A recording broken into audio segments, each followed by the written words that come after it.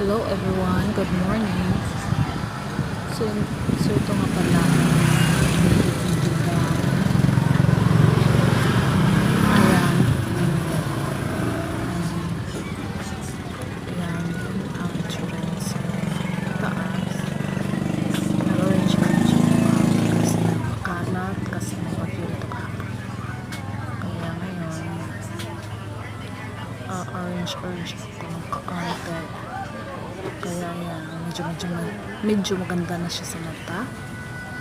Ayan, medyo na-inspire kasi ako kapag sa post ng isang kasari din. Maganda yung paglalagay niya ng mga powder.